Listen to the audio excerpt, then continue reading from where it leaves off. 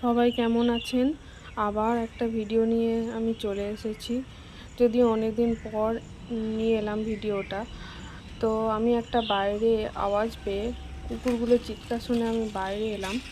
দেখলাম এখানে এক কাণ্ড। এই দুজন ওত পেতে বসে আছে দেখুন। কারণ এই যে ওপরে যে বিড়ালটা ছিল তাকে ধরবে বলে। এই যে দেখুন, ওই যে নিচে নেমে আসছে। বেচারি না নিচে নামতে পারছে না উঁচুতে থাকতে পারছে।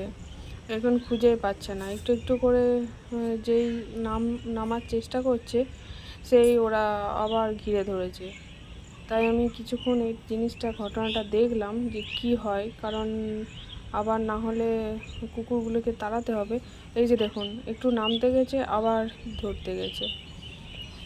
তো ওই যে আবার উঁচুতে উঠে গেল। এরা সব চিৎকার শুরু করেছে বিড়ালটাকে দেখে। ও কিন্তু বেশি বড় না, বিড়ালের বাচ্চাই বটে। তো কেউ নেই, বিড়ালগুলো সব ভয়ে লুকিয়ে পড়েছে। এদের বাড়িতে অনেকগুলোই বিড়াল আছে, কিন্তু এই বাচ্চাটাই একমাত্র ওদের ফাঁদে পড়ে গেছে। কিছুক্ষণ পর দেখলাম বিড়ালটা নেমে গেছে আর সব বাইরে চলে গেছে।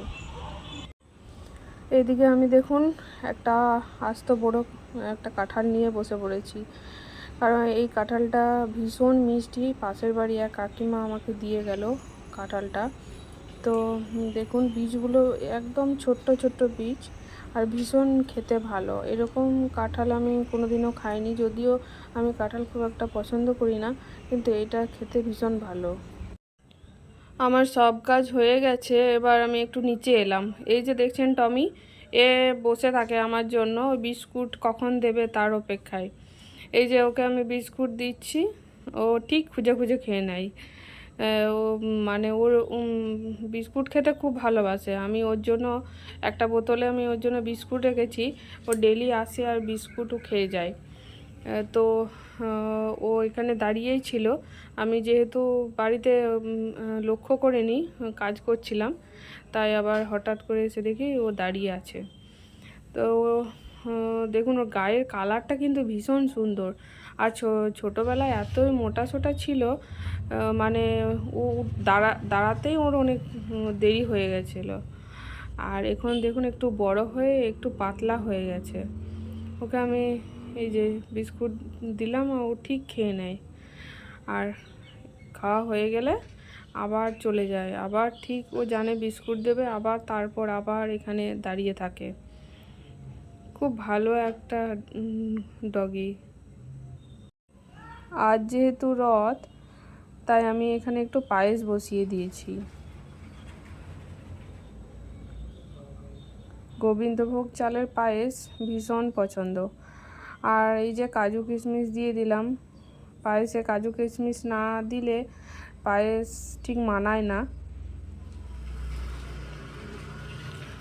আর এখানে আমি একটা সবজি বানিয়েছি, নিরামিষ একটা সবজি, কুমড়ো। ও দাঁড়ান ভালো করে দেখায় কুমড়ো, আলু আর ছোলা দিয়ে একটা নিরামিষ একটা সবজি বানিয়েছি। পায়েসটা আমার মোটামুটি হয়ে এসেছে। এবার আমি চিনি দেবো। আমি কিন্তু পায়েসটা হয়ে যাওয়ার পর চিনি দিই। আপনারাও হয়ে যাওয়ার পর চিনি দেবেন, কারণ প্রথমেই যদি চিনি দিয়ে দেন তাহলে কিন্তু জল ছেড়ে দেবে, তাহলে কিন্তু পায়েসটা ঠিকঠাক হবে না। এই যে পায়েসটা মোটামুটি হয়ে এসেছে, সুন্দর হয়ে গেছে। আমি এবার নামিয়ে নেবো পায়েসটা।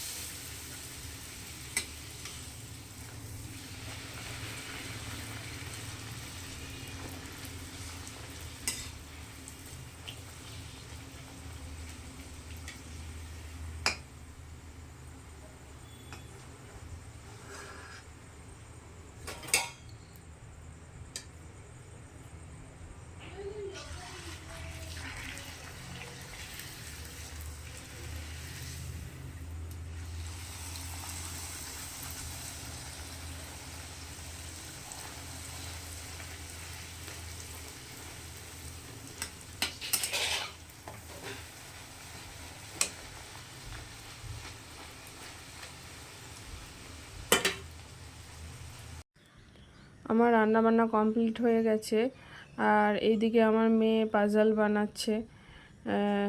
আর বাচ্চাদেরকে এই গেমগুলি দেওয়া ভালো, সবসময় মোবাইল দেওয়াটা ঠিক নয়। এখন আমরা যাব একটু জগন্নাথ দেবের মন্দিরে, অনেক বড় করে পুজো হয় এখানে। আমরা বেরিয়ে পড়েছি জগন্নাথ দেবের মন্দির যাওয়ার জন্য। আর আমরা গেলাম জগন্নাথ দেবের মন্দির দর্শন, মেলা সব অন্য একটা ভিডিও বানাবো, তো ওইটা আপনারা আলাদা করে দেখবেন। তো চলুন আসি। আমরা মন্দির থেকে চলে এসেছি, আর এই যে আমাদের সব খাবার দাবার নিয়ে বসে পড়েছি।